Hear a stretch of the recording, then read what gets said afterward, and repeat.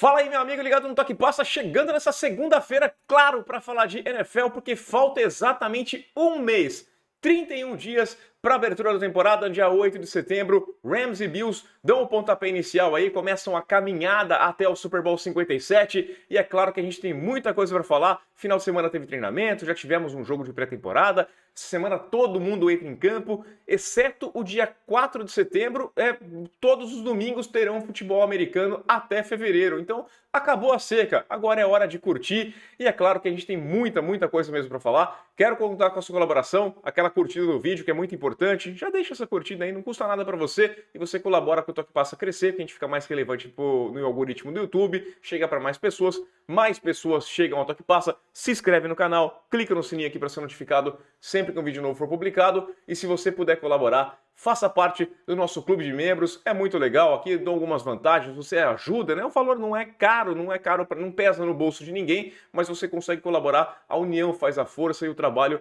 vai ser mantido graças a vocês. Já temos aí mais de 60 membros, já passamos dos 50, já sorteei uma bola de futebol americano da Wilson. Vou sortear uma camisa da NFL quando chegarmos a 100 membros. Teremos outras vantagens, tem grupo no Telegram. Para quem gosta de aposta, os meus palpites vão ficar exclusivos para quem é membro do Toque Passa. E eu quero dar boas-vindas aqui ao Eduardo Resch, ao Rafael Leite, que voltou a ser membro aqui do nosso canal, e também o Oscar Strauss, que mandou uma mensagem muito legal no final de semana, eu curti bastante. Muito obrigado a todos vocês, ao Oscar, ao Rafael, ao Eduardo, a todos os membros. Eu sempre faço questão de colocar o nome de todo mundo aqui embaixo, porque eu agradeço realmente de coração pelo apoio. Vamos nessa então, roda a vinheta. Vamos lá então, gente. Um mêsinho passa rápido, vamos ser sinceros, 31 dias, para quem já esperou tanto, um mêsinho passa voando. E vou fazer um lembrete para vocês que, ó, aqui sem ganhar nada, tá? Não tem merchan nenhum aqui, mas para quem tá no Brasil, a NFL Game Pass tá gratuito para essa pré-temporada, vai conseguir acompanhar todos os jogos.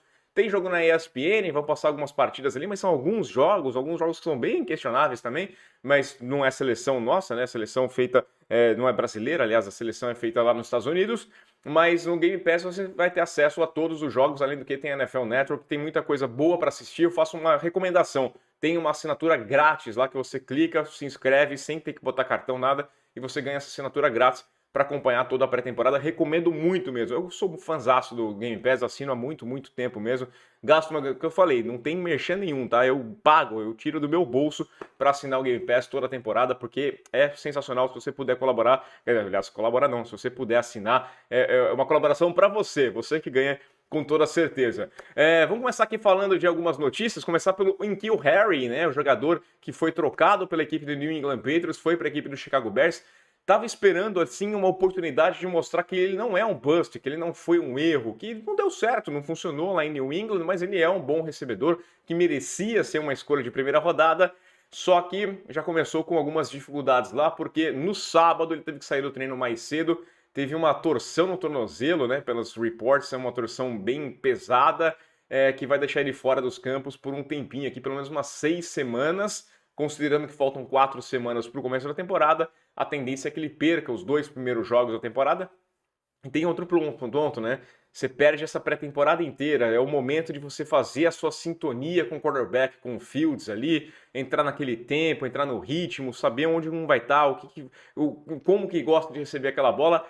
Tá fora da pré-temporada, é muito ruim mesmo pro N'Keal Harry. Eu lamento, né? Falei, acho que ele é um jogador que os Patriots erraram, acho que fica evidente que erraram, mas é ruim, né? Lesão é sempre complicado. Eu torço para que ele melhore o mais rápido possível e consiga fazer uma boa temporada, porque, inclusive, no ano que vem ele já nem tem contrato, né? O último ano dele de contrato aqui, ele pode acabar rodando da NFL. No Cleveland Browns tivemos notícia porque Kareem Hunt teria pedido para ser trocado, e a resposta do pessoal de Cleveland foi que não vai rolar não, tá? O Kareem Hunt está entrando no seu último ano de contrato, era um contrato de 2 anos, 12 milhões de dólares, e a gente sabe, já cansamos de falar aqui que jogador nenhum gosta de entrar em campo sem um contrato longo, sem uma garantia de que o ano que vem ele tem uma grana, que ele vai ter um contrato, que se ele se machucar ele vai receber, ainda mais running back, né, que toma muita pancada e pode ficar de fora.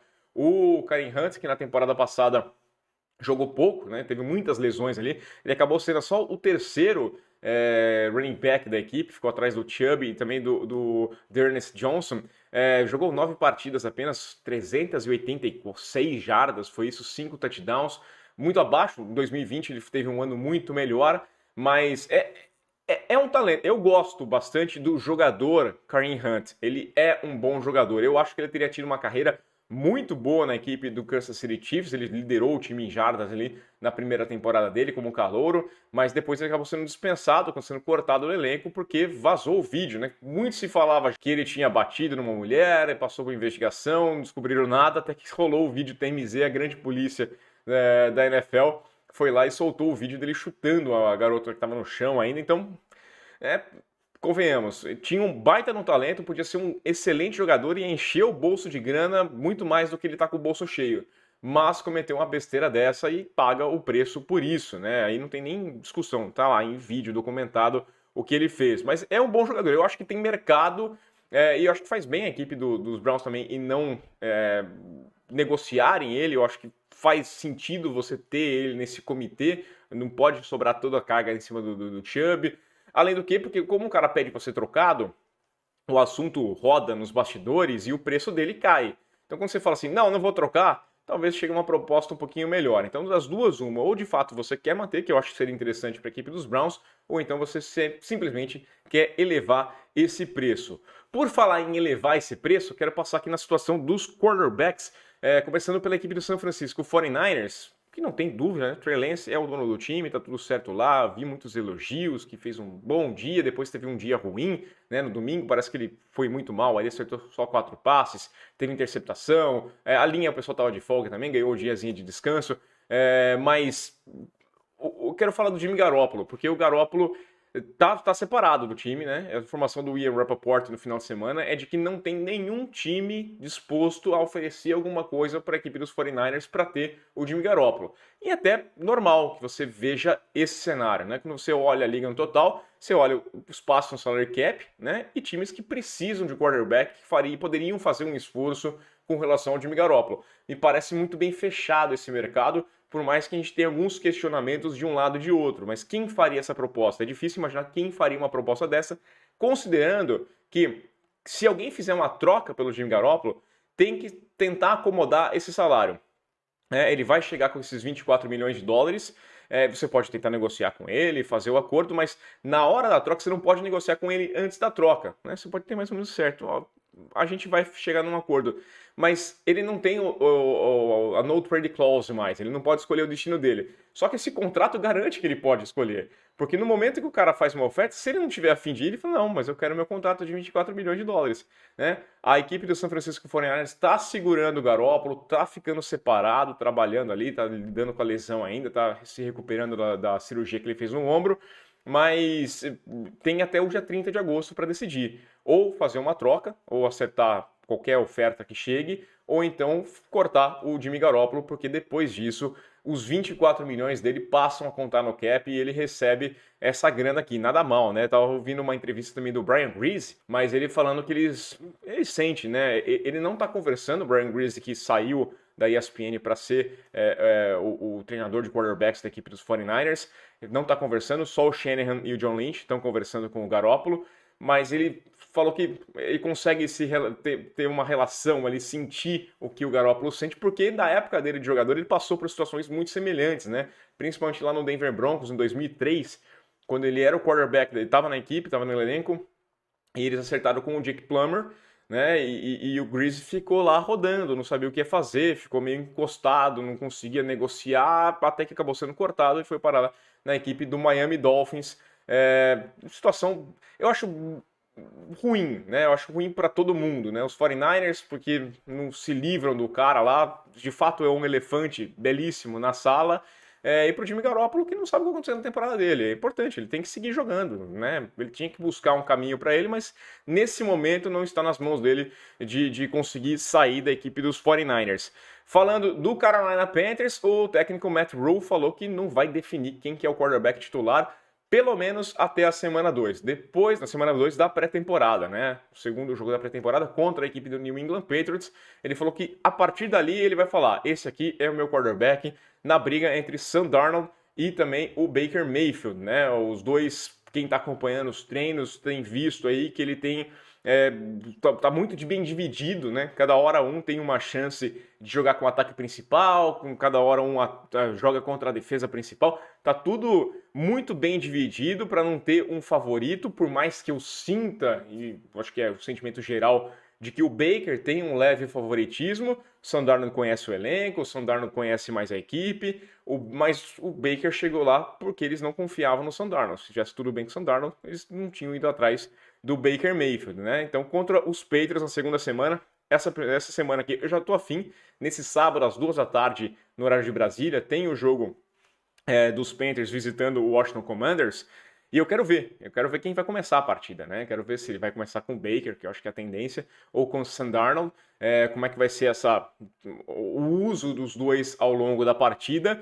E aí na semana que vem eles vão fazer treinamentos conjuntos com a equipe dos Patriots e depois se enfrentam, né? Acho que na sexta-feira essa partida, e ali o Matt Rhule deve falar: esse aqui é o meu quarterback. Falei aqui já que o segundo jogo da pré-temporada acaba sendo o mais importante, o terceiro é mais para já pensando em poupar, pensando no começo da temporada. E falando aqui dos quarterbacks, falar da disputa lá no Seattle Seahawks, que não é uma disputa de encher os olhos, não é uma coisa linda, meio que você está escolhendo qual que é o veneno que vai te matar, mas parece estar bem aberta, né? O Geno Smith foi apontado como o dono da titularidade nesse começo de pré-temporada, tem ocupado as maiores repetições ali entre os titulares, parece ser o número 1 para o técnico, o Pete Carroll. Mas no sábado os reports todos foram que o Drew Lock passou, que o Drew Lock teria assumido essa posição, tinha ido muito bem, passaram as estatísticas aqui, ó.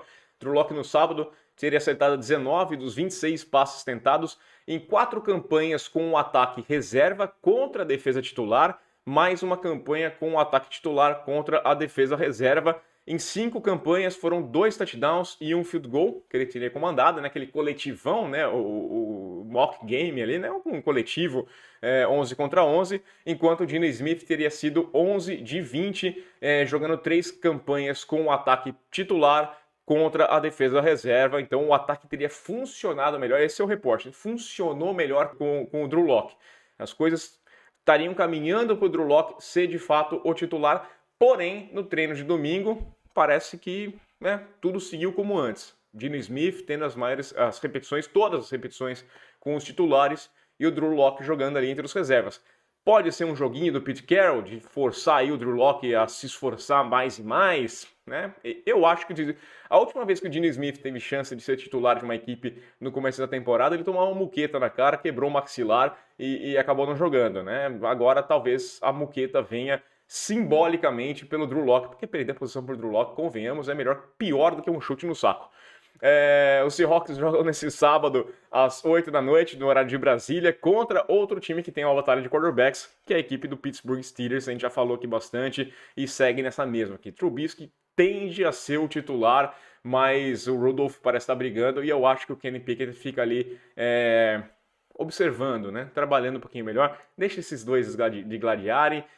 A impressão deles vai ser ruim, e o Pickett depois assume um time para dar uma esperança maior para a equipe do Pittsburgh Steelers. E aqui, para fechar, eu quero falar de uma lista, de novo, avaliando a lista de outros, mas é porque, desculpa, eu não me lembro quem foi que pediu para eu falar um pouquinho dos running backs dessa temporada, né? Só que eu achei que calhou muito bem, porque saiu lá na NFL.com uma lista do Maurice Jones-Drew, que é um cara que obviamente entende muito mais de running back do que eu entendo, né? Vou ser sincero, né? Eu fui um fullback esforçado no máximo, e o Jones-Drew parece que conseguiu alguma coisa na NFL.